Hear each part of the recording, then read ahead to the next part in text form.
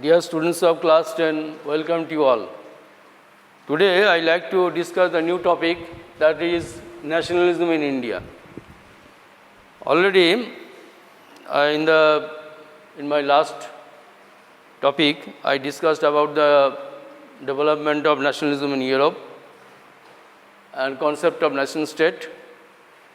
Similarly, in India the anti-colonial movement began.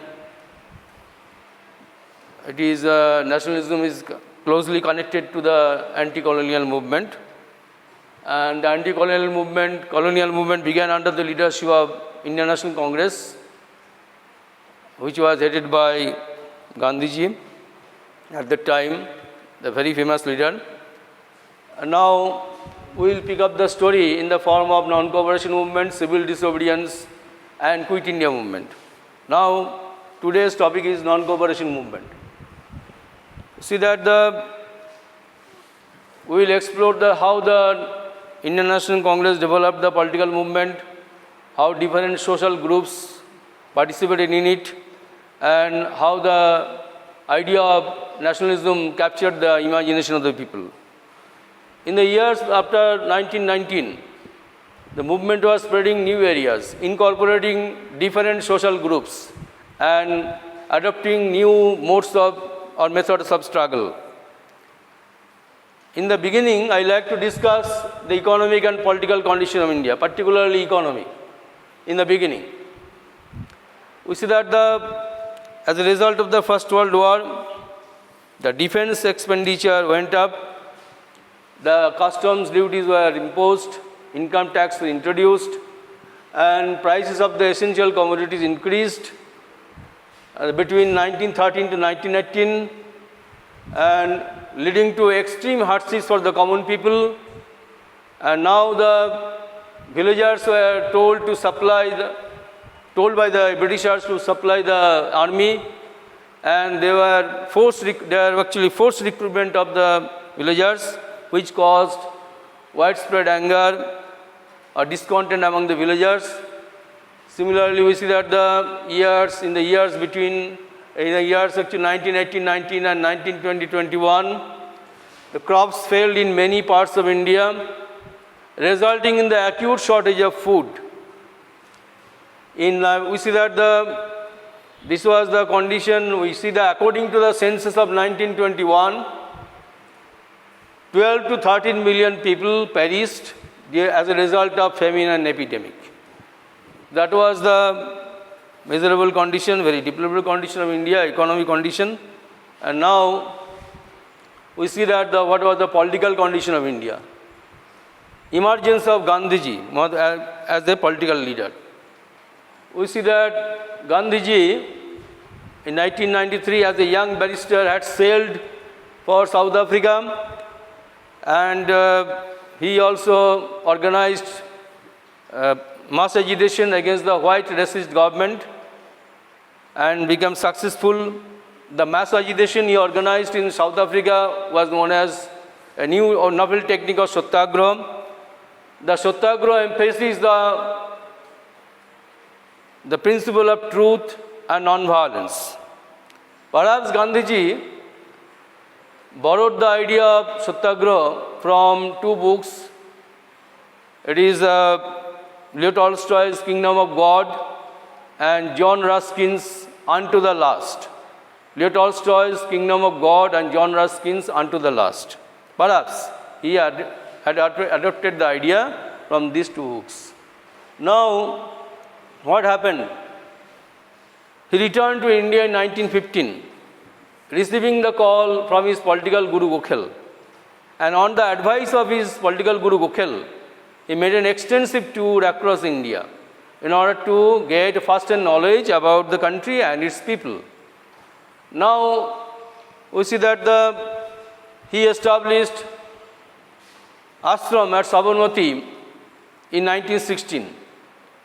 And in 1917, in the book it is given 1916, he responded to the call of the peasants who were tortured by the indigo planters. He organized a movement in Champaran, in Bihar in 1917, and also In 1917, he supported the cause of the peasants of Kheda in Gujarat. In 1918, he went to Ahmedabad and organized Satyagraha in support of the cotton mill workers. So we see the Satyagraha movement, which Gandhiji organized in Champaran, in Kheda, in Gujarat and Ahmedabad, became successful. And emboldened with this success, Gandhiji decided to launch a nationwide Satyagraha against the notorious Rowlatt Act of 1919. We see what was the act? According to this act, any Indians could be imprisoned, and you see that without any trial for 2 years. And however, Gandhiji protested against this act and decided to organize Satyagraha or Hartal on 6th April 1919. We see that on 10th April, police fired on the peaceful procession in Amritsar, and they declared martial law. General Dyer took the command, and we see that ultimately what happened because you see that on 13th April and on the 10th April, actually people became violent. Later, they attacked the railway stations, post office, and government buildings, etc. And now, General Dyer took the command. He declared martial law. On 13th April 1919, the crowd or the people assembled at a place called Jallianwala Bagh. It is an enclosed place, and naturally, people did not know about the martial law. General Dyer entered the area, blocked the exit point, and fired on the people, killing thousands of people and injuring more than thousands. Now we see, in this way, Jallianwala massacre, this ruthless incident, the massacre, we see that caused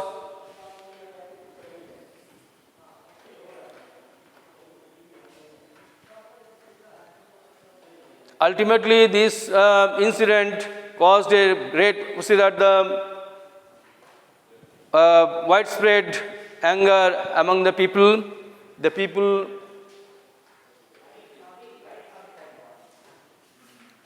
it is went on or okay, thank you. So it is the people became angry, and they organized the demonstration and attacked the police officials and also the government buildings. Seeing the violence, Gandhiji called up the Satyagraha movement. And now we see that ultimately Khilafat movement.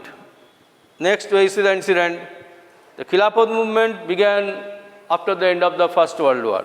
We know that after the end of the First World War, Ottoman Turkey was actually the Sultan of Ottoman Turkey was deposed. And by the Treaty of Sevres, Acvres, the Sultan of Ottoman Turkey was known as Khalifa or Khalif. So what happened? Naturally, the Sultan was actually regarded as the head of the Islamic empire or Islamic religion. Naturally, heard the sentiments of the Muslim people, and in India, the Muslim leaders organized Khilafat movement in order to restore the power and prestige of the Khalifa. The new generation of Muslim leaders like Muhammad Ali and Shaukat Ali gave proposal to Gandhiji for a united mass action. With Gandhiji found a golden opportunity to establish Hindu-Muslim unity, and thus in the Calcutta session in September 1920, he convinced the other national leaders to begin a non-cooperation movement in support of the Khilafat movement as well as the Swaraj. Next, we see that the non-cooperation movement. Why non-cooperation? Gandhiji, in his book Hind Swaraj, declared that British rule in India was possible with the cooperation of the Indians. If the British rule survived with the cooperation of the Indians, if the Indians did not support it, cooperate with the British rule would collapse within 1 year and Swaraj would come. However, we see that what were the causes of the non-cooperation movement? First cause, I mentioned the people's resentment against the Rowlatt Act, people's reaction to the Jallianwala Bagh massacre, and the third one, the Khilafat question, the restoration of power and prestige of Khalifa, and fourth, the demand for Swaraj. These can be caused 4 objectives or 4 purposes. What are the programs? Gandhiji adopted several programs. One can be said negative program, another one positive program. What were the negative?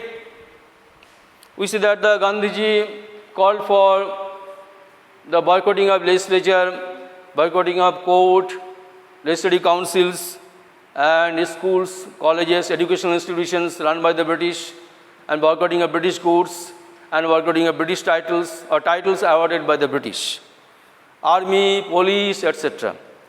And what were the positive aspects? Positive aspects was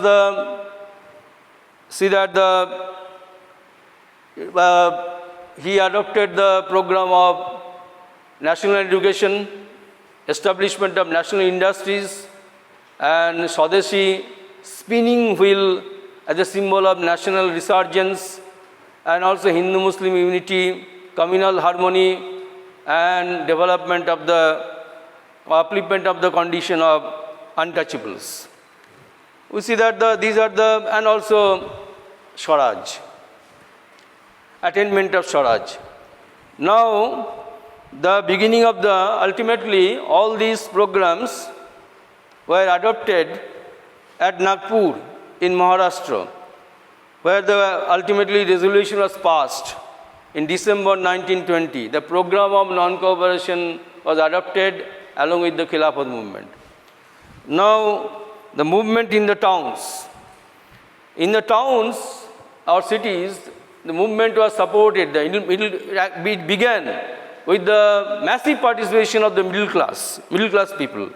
The students boycotted the schools and colleges, teachers and the headmasters boycotted the schools and college, and also lawyers gave up the practice, and in this way the movement began. Now, the effects of the non-cooperation movement on economic front. You know that similarly the students also organized the boycotting movement, boycotting of British goods, most important thing and most important aspect of the movement. We know that they boycotted the British goods, they picketed the foreign shops or foreign liquor shops, they also organized bonfires of foreign clothes, and as a result, we see that the import of foreign clothes halved, HLVAD halved between 1921-1922, and its value dropping from 102 crore to 57 crore. The Indian merchants refused to buy foreign goods or refused to invest their money in purchasing of foreign goods. So naturally, it had a great impact on British economy. We see that the rebellion in the countryside. What was the happened? We see that during this period in the 1920s, tribal and peasant movement began in Awadh and Andhra Pradesh. In Awadh, the peasant movement was organized by Baba Ramchandra. We see that the peasants of Awadh or Uttar Pradesh were tortured or oppressed by the landlords or talukdars, and they demanded high rents. They are forced to do beggars or bonded labor had to work in their farm, agricultural farm as a bonded labor without money, they were not paid any money for this.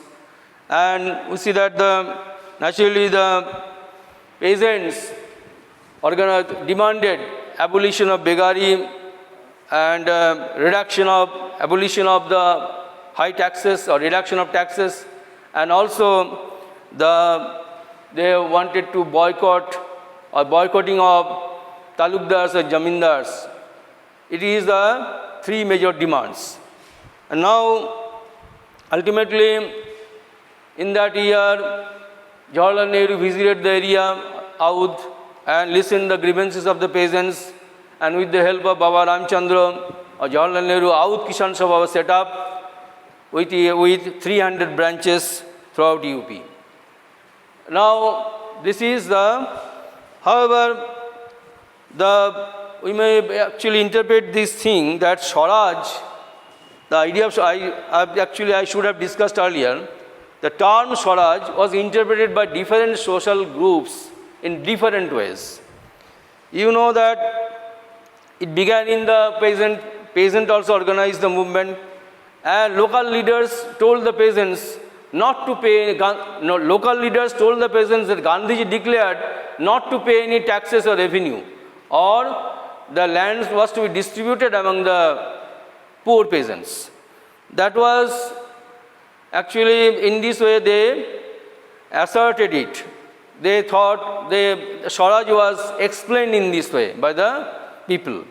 Similarly, the movement began in the tribal areas, in Gudem district hill in Andhra Pradesh. The tribals of Andhra Pradesh interpreted the Swaraj in their own way. We know that during the colonial rule, the British actually forbade the tribals to enter into the forest areas according to the forest laws. And now we know that they were forbidden to graze the cattle and collect firewood, fruits from the jungles or forests. And thus we see that in this way they are deprived of the basic livelihood. And now when they were forced to give beggar, work as a bonded labor, or for building the roads or construction of roads, they revolted. Now they revolted under the leadership of Alluri Sitaram Raju. And Alluri Sitaram Raju had great respect for Gandhiji and his non-cooperation movement. But one thing we must remember, he did not support the non-violent ideals. He realized that freedom could be achieved only through forces. So the tribals attacked the police stations, killed the British officials, and ultimately the militant guerrilla warfare began. And in 1924, Alluri Sitaram Raju was executed. Next we see that the Swaraj in the plantations in Assam. See that similarly, Swaraj was interpreted by the plantation workers of Assam in another way. By the Inland Immigration Act of 1859, the plantation workers were not allowed to go to their home.